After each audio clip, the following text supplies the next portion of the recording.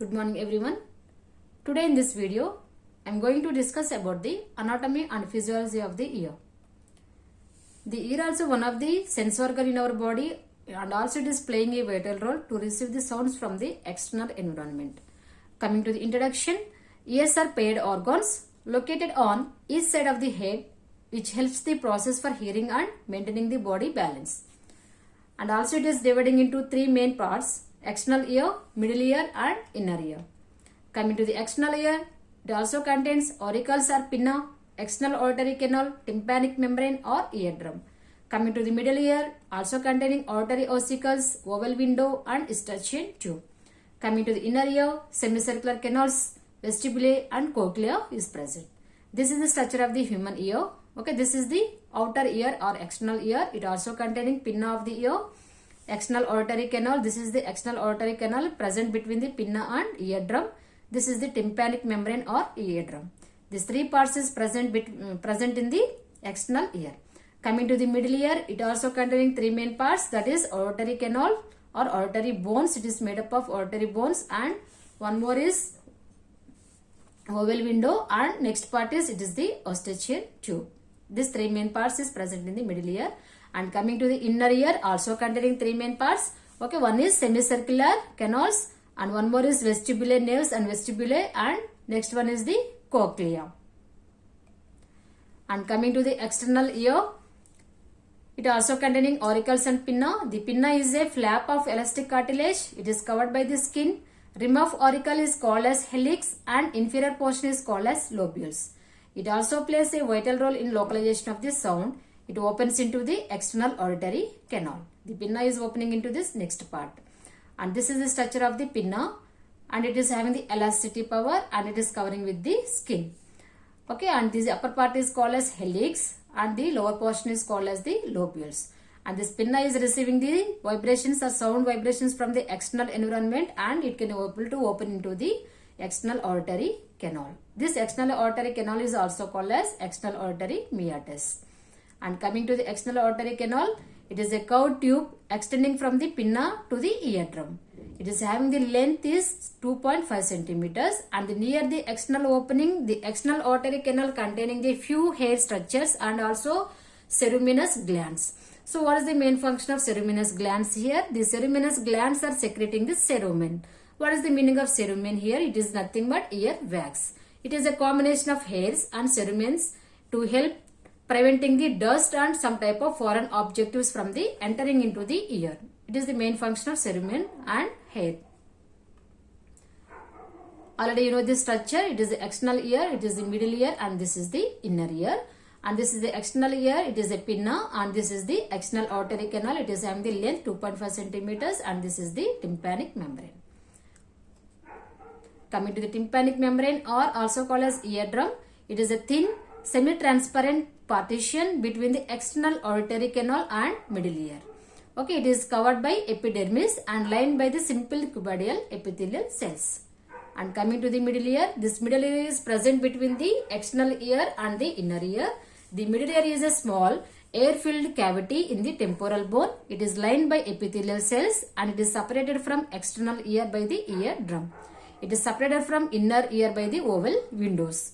The structure also it is having three main parts. It is auditory ossicles, oval window and Estrogen tubes. Okay, in this auditory ossicles, these are the smallest three types of bones are present in the middle ear, especially in the auditory ossicles. It is having connected with the synovial joints. Okay, in this first bone is called as malleus or the hammer and the second bone is called as incus or anvil and the third bone is called as stapes or the stirrup. Okay, this is the auditory ossicles. In this auditory ossicles, this is present in the middle ear. In these three main bones we have to remember here. The first bone is called as the malleus. The malleus is one side it is having attachment with the tympanic membrane or eardrum and another side it is having attachment with the incus. So what is the main function of malleus? It is receiving the sound vibrations from the tympanic membrane and it is transferring into the incus. That is the main function of malleus bone. And coming to the second bone, it is called as incus. This also having attachment with the malleus and one side it is having attachment with the stapes. The main function of incus is it is receiving the vibrations, sound vibrations from the malleus bone, and these vibrations it can able to transferring into the stapes. That is the main function of incus.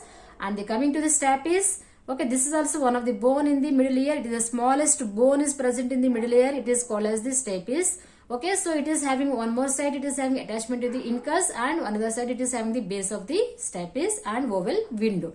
What is the main function of stapes? It is receiving the vibrations, receptors, from the incus, and receptors is sending into the vowel window. That is the main function of stapes bone. It is the smallest bone is present in the human body, especially in the middle ear it is present.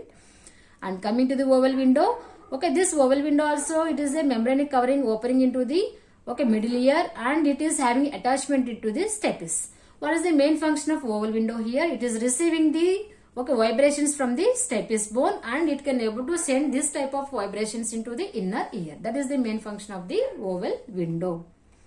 And coming to the Estrogen tube, okay, this Estrogen tube is the middle ear.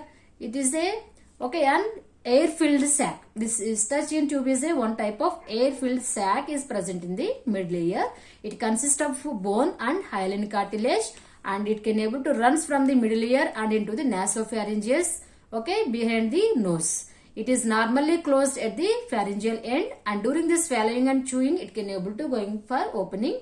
It helps maintaining the equal air pressure on the two sides of the ear drum. Okay, that is the main function of Estrogen tube. Okay, in this picture also you can able to see this is the Estrogen tube. It is the air-filled sac. Okay, behind it is opening into the nasopharyngeal cavity into the nose, and when the person is going to start chewing and swallowing, this Estrogen tube can going to be opening. Okay, coming to the inner ear, it is also called as labyrinth.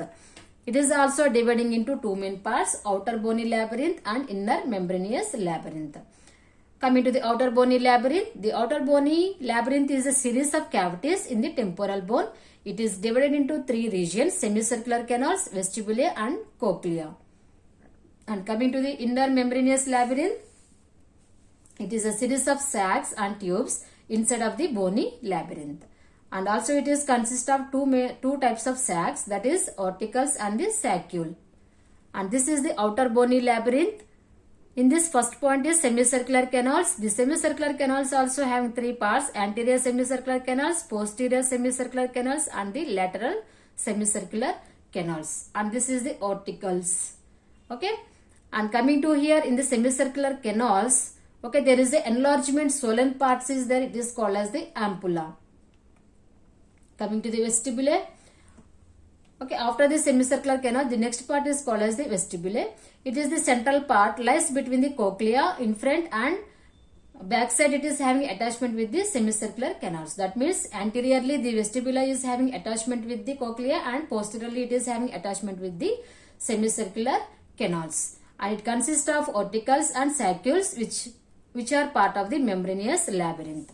And also it is containing two types of cells, hair cells and supporting cells. And coming to the cochlea, it is also one more part in the inner ear. This cochlea, this is the part of the cochlea. It is having this shape, it is a snail-like shape. Okay, snail shaped it is, and it is a bony spiral canal, and also it is dividing into three main parts, cochlear duct and scala vestibule and scala tympani. Okay, this cochlea is main responsible for the receiving the all type of sounds, okay, from the external environment. Okay, so that is called as the cochlea. It is also taking receptors from the brain, from the vestibule and from the brain. It is receiving the all type of sounds. This is the main function of the cochlea. Okay, this is about the anatomy, means structure of the ear. Okay, I hope you all are understand about the structure of the ear, and next video we will read what is the physiology of the ear. Thank you everyone.